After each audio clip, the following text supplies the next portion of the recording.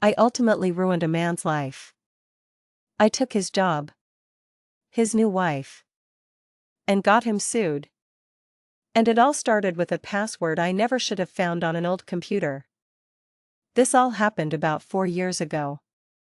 But the final pieces of my revenge plan only recently came to light, which is what brought the whole story rushing back.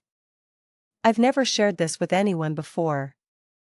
My mom's best friend, who I'll call Clara, has been like an aunt to me my whole life. They've been inseparable since childhood. About 5 years ago, Clara's husband of over 25 years, a man I'll call Mark, completely blindsided her by asking for a divorce.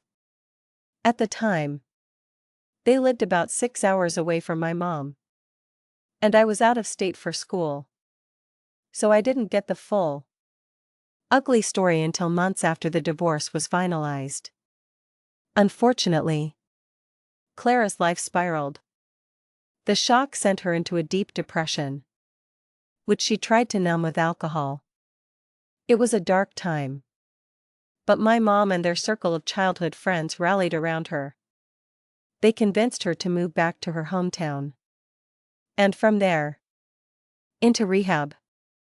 I had just moved back home myself, and since my schedule as a law student was flexible, I offered to house sit and manage her affairs while she focused on getting better. It was during my first visit to see her in rehab that I finally heard the whole story of the divorce. And it was so much worse than I imagined.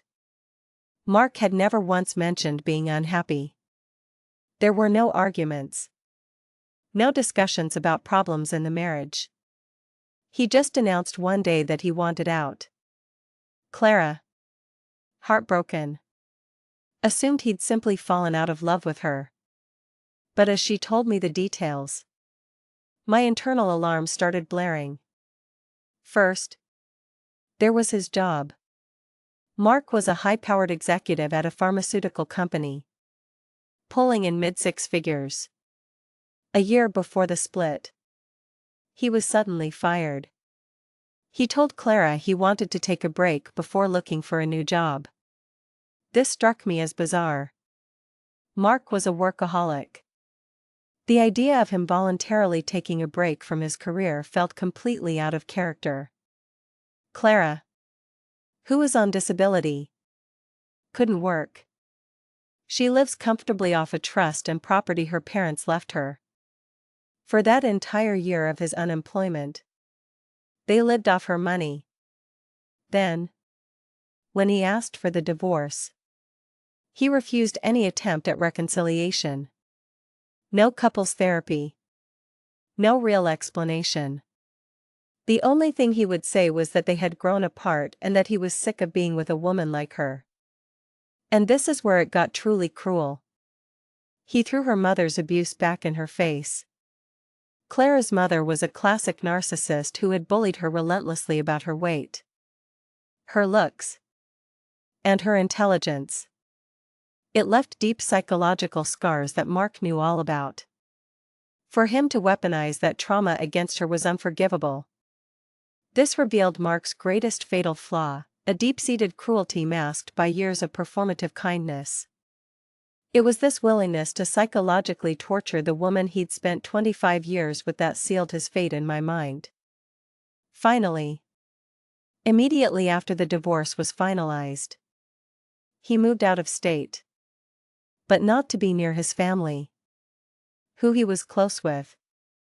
He moved to a state where he had no connections whatsoever. I didn't say anything to Clara, she was too fragile. But a theory began to form in my mind: Mark had been having an affair, orchestrated his unemployment to hide his income and avoid paying alimony, and was now moving to be with his mistress. I just had no way to prove it. My chance came when Clara asked me to find a box of Mark's things. He'd asked her to hold it for him until he got his new apartment. She said the details were in an email and gave me the password to her computer. And that's where my luck turned. As I was looking for Clara's email client, my cursor slipped and I accidentally clicked on the icon for Mark's. He had set up his email on her computer and never deleted it. I hesitated for a second, then decided to take a look. The first thing I noticed was that he'd mostly stopped using this address about 3 years prior. A full year before he was fired. Digging deeper. In a folder for digital receipts, I found it, a confirmation email for a dating site. He must have saved it there by mistake. I also found a verification email for a new email address. A speculative timeline clicked into place. 3 years ago, Mark starts an affair. Shortly after, he creates a new email address to hide his tracks. I wanted to get into that dating profile. I tried the forgot password link, but the site didn't recognize his old email. My next thought was to try to get into his new email using his old one to reset the password. But I didn't want to risk tipping him off. And here's where he made it easy for me. Mark, the meticulous executive, made a rookie mistake right there. The email app he'd used on Clara's MacBook had a built-in notes feature. And in those notes, the super genius had saved a list of passwords. Most were useless. But I found what I needed, the password to the dating site, along with his Twitter and Netflix. He couldn't have known that this small act of carelessness on his ex-wife's old computer would be the first thread I'd pull to unravel his entire new life. I logged into the dating site using his new email and the password from the note. Bingo. I scrolled through messages he'd sent to another woman, all dated before he broke up with Clara. In one message, his new mistress sent him her email address. A quick search on Facebook brought up her profile. It was private, but her photos were public. There they were. Mark and his new woman, looking happy in recent pictures. They were definitely still together. Then I saw a photo of a construction crew breaking ground on their new home. This was interesting, because Clara had the impression Mark was struggling for money. This is where my own background became critical. As a law student doing a legal residency, I had access to the LexisNexis public records database. I'd spent a summer internship tracking down assets for clients, so I knew exactly how to navigate it. I looked up the mistress. Records showed she had purchased several acres of land in a wealthy suburb months before Mark even filed for divorce. There was no mortgage on the property. I had already found her LinkedIn. She was an executive assistant.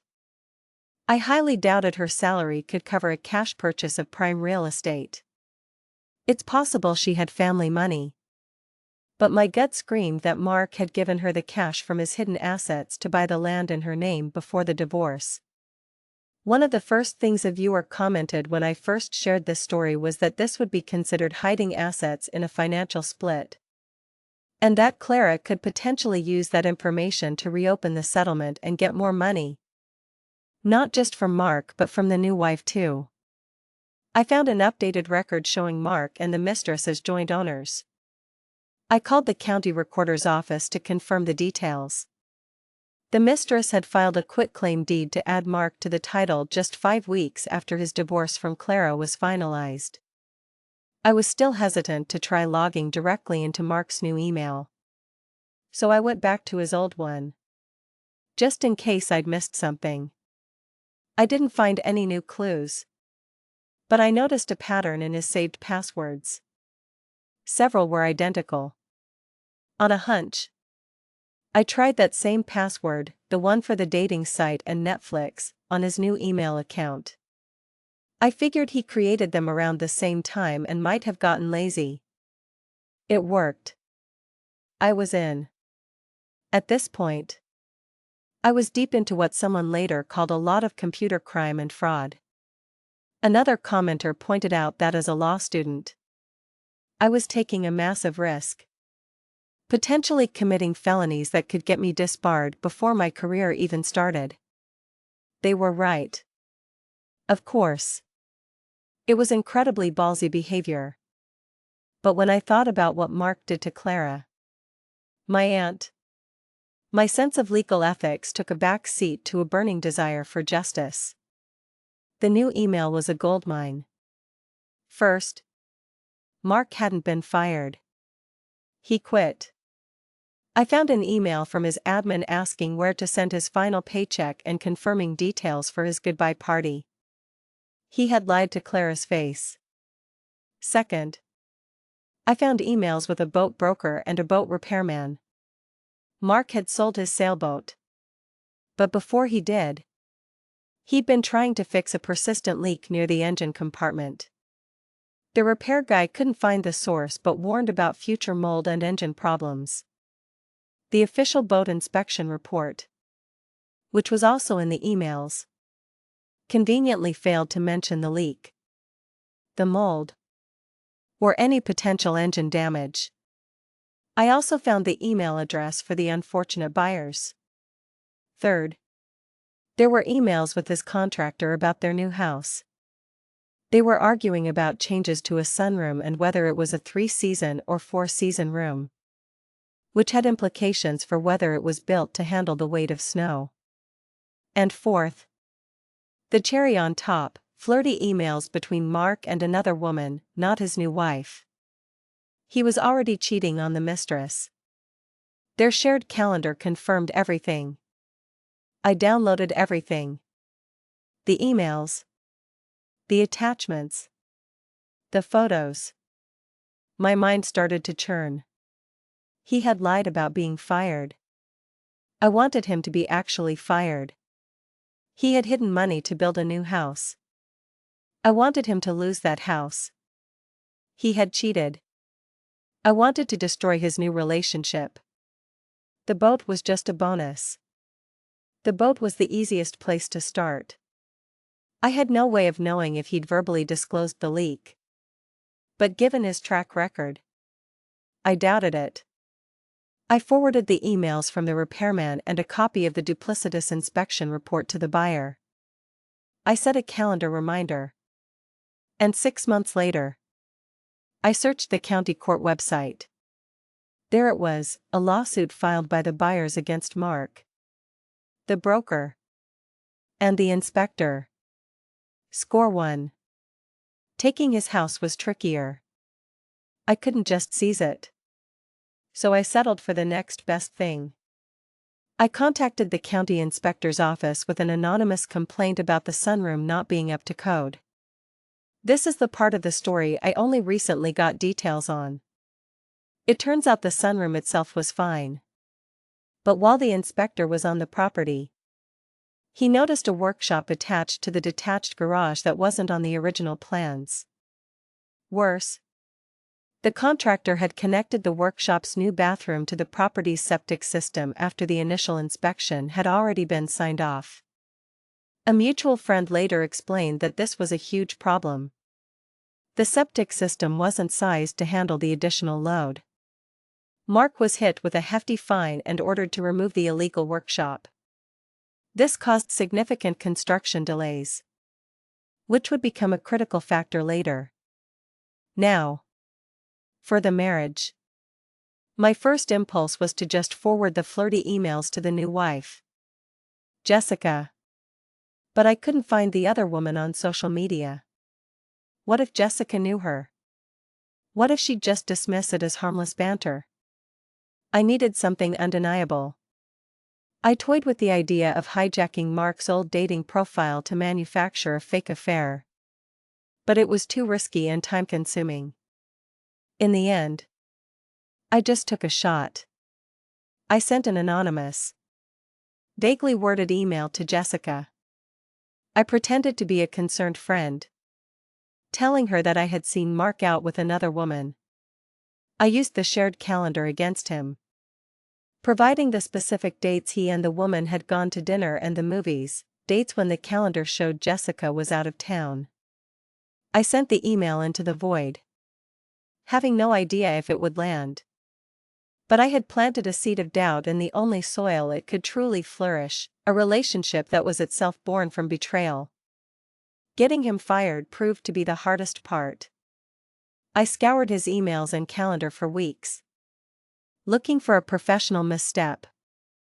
Anything I could use.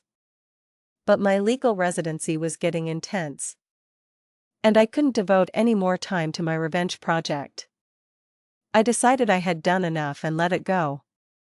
Or so I thought. As it turns out, I didn't need to do anything more. Years passed. Recently, Clara reconnected with an old mutual friend of hers and Mark's, who gave her the full update. It turns out that by sheer dumb luck, the woman Mark had been emailing was his assistant at his new job. And his new boss? It was his new wife Jessica's brother. The whole reason they had moved to that state was so she could be close to her family. And so Mark could take a cushy job working for his new brother-in-law. Mark swore to everyone that he wasn't having an affair with the assistant. And maybe he wasn't. But it didn't matter.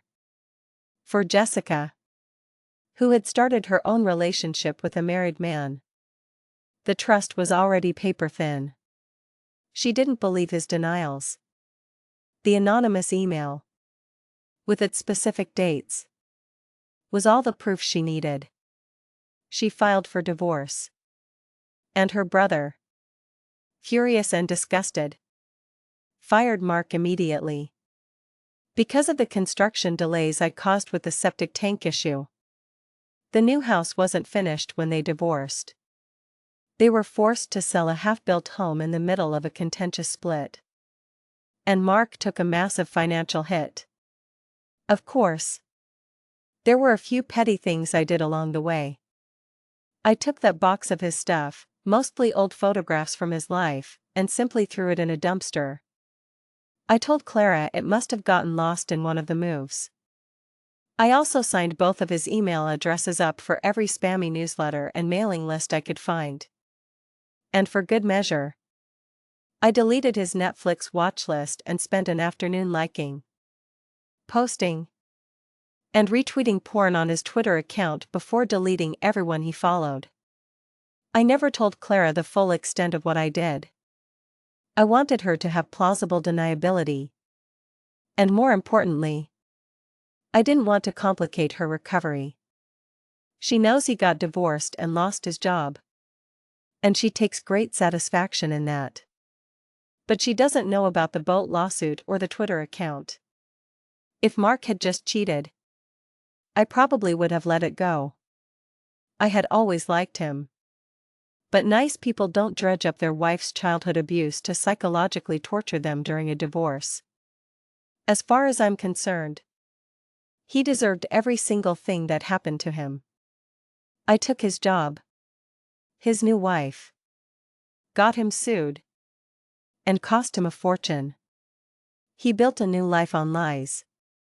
And I just gave it a little push to make it all come crashing down. Ultimately, this story is a harsh lesson that how you treat people has consequences. Weaponizing someone's deepest insecurities isn't just cruel. It's a debt that will eventually come due. With interest. So I have to ask, was this revenge justified? Or did I cross a line? What would you have done in my position?